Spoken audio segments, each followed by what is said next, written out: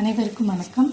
இன்றைக்கி நம்ம பார்க்க போகிற பதிவு வந்து ஒரு குழந்தைங்களுக்கான இல்லை பெரியவங்களுக்கான எல்லாத்துக்குமான ஒரு ரெசிபி, கருப்பு உளுந்து கஞ்சி. இது எப்படி பண்ணேன்னா, ஒரு 100 கிராம் உளுந்து, தோல் உளுந்து, பொட்டு உளுந்துன்னு சொல்லுவாங்க. மேலே வந்து அந்த அவுட்டர் லேயர் இருக்கும். அதை வந்து லேசாக வானலியில் எதுவுமே எண்ணெயெல்லாம் விடாமல் ட்ரையாக வறுத்துட்டு, இப்போ 100 கிராம் இல்லை 200 கிராம்னா கொஞ்சமாக ஒரு 5 to 10 கிராம் வந்து பச்சரிசி, உளுந்து நல்லா வறுத்துட்டு பச்சரிசியை கடைசியில் போட்டுட்டு அதை ஒரு 2 to 3 மினிட்ஸ் மட்டும் வறுத்து வச்சுட்டு நல்லா ஆறுனதுக்கப்புறம் மிக்சியில் வந்து நல்லா போட்டு அடித்து எடுத்துட்டேன். அப்போ வந்து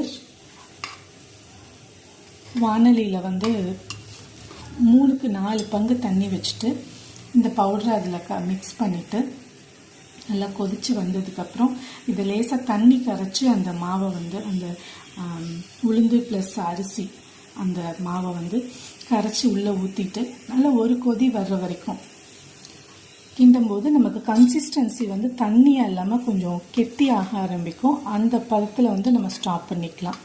அதுக்கப்புறம் இறக்கும்போது வந்து கொஞ்சம் தேங்காய் பூ, அதுக்கப்புறம் வந்து நல்லெண்ணெய், அப்புறம் ஏலக்காய் தூள், இதை மட்டும் போட்டு இறக்கிட்டு சூடாக பரிமாறும்போது வந்து டேஸ்ட்டு ரொம்ப நல்லாயிருக்கும். குழந்தைங்களுக்கு ஒரு வாரத்தில் ஒரு 2லேருந்து 3 தடவை கொடுக்கலாம் அப்படின்னு சொல்லிட்டு, மொத்தமாக வந்து நம்ம மிஷினில் அரைச்சும் வச்சுக்கலாம். அந்த மாவு அப்பப்போ அரைச்சிக்காமல் 2 கிலோ 3 கிலோ அந்த மாதிரி அரைச்சி நம்ம ஃப்ரிட்ஜில் வச்சிட்டோம்னா அப்பப்போ எடுத்து நம்ம வந்து உளுந்து களி செஞ்சுக்கலாம். நான் என்ன பண்ணியிருந்தேன்னா, நம்ம எடுக்கிற அளவுக்கு ஏற்ப இப்போ ஒரு கப்புனா ஒரு அரை கப்பு போல் மண்டை வெல்லம், இல்லாட்டி வந்து பனங்கற்கண்டு நைட்டே வந்து ஒரு பாத்திரத்தில் தண்ணி ஊற்றி வச்சுக்கிட்டேன். காலையில் வந்து நல்லா கரைஞ்சி வந்திருக்கும். அதை வடிகட்டி நம்ம இந்த களி ப்ரிப்பேர் பண்ணதுக்கப்புறம் அதில் வந்து சேர்த்துட்டு அதுக்கப்புறம் பரிமாறணும். நன்றி, வணக்கம்.